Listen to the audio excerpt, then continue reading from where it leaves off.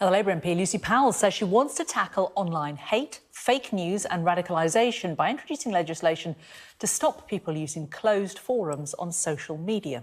The groups on sites such as Facebook can be given a secret setting, meaning that no one apart from their members can see what's being written.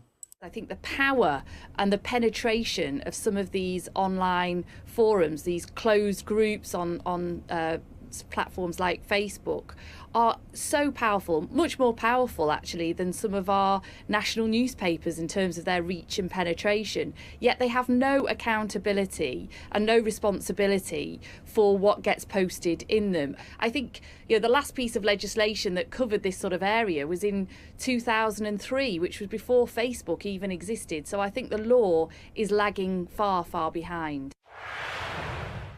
Let's talk now to Robert Sharp from English PEN. What does that stand for, Robert? It stands for Poets, Essayists and Novelists, but it includes all kinds of writers. And we promote literature, freedom of thought and freedom of expression around the world. So why should people be able to club together, create these groups? There's one thing, isn't there, having freedom of speech and freedom of thought and being able to express what you think. But there's another, if you are getting together, creating a load of untruths, and spreading things that just aren't true and possibly damaging and not being checked. Well, we do a lot of campaigning internationally, and what we've seen is that a lot of pro-democracy movements, a lot of movements that we would like to encourage that actually bring peace and understanding between people often happen in exactly these kind of groups. These groups are deemed radical and extremist by the authoritarian regimes that try to suppress them.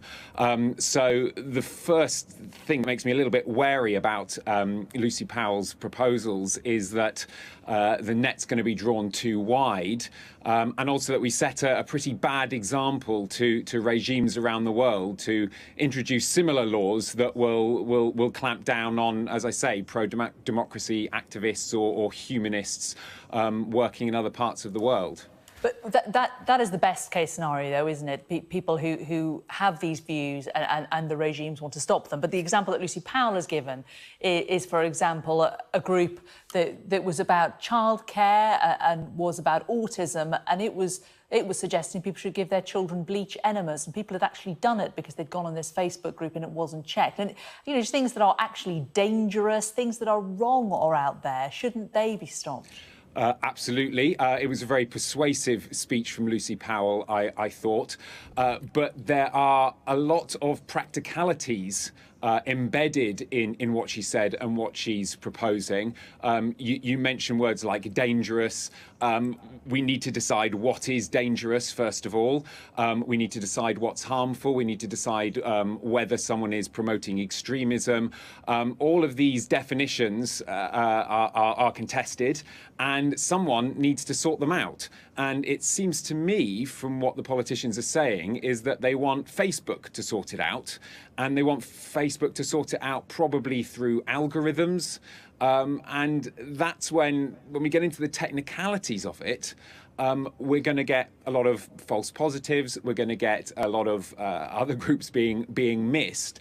The practicalities and technicalities might make it all completely unworkable.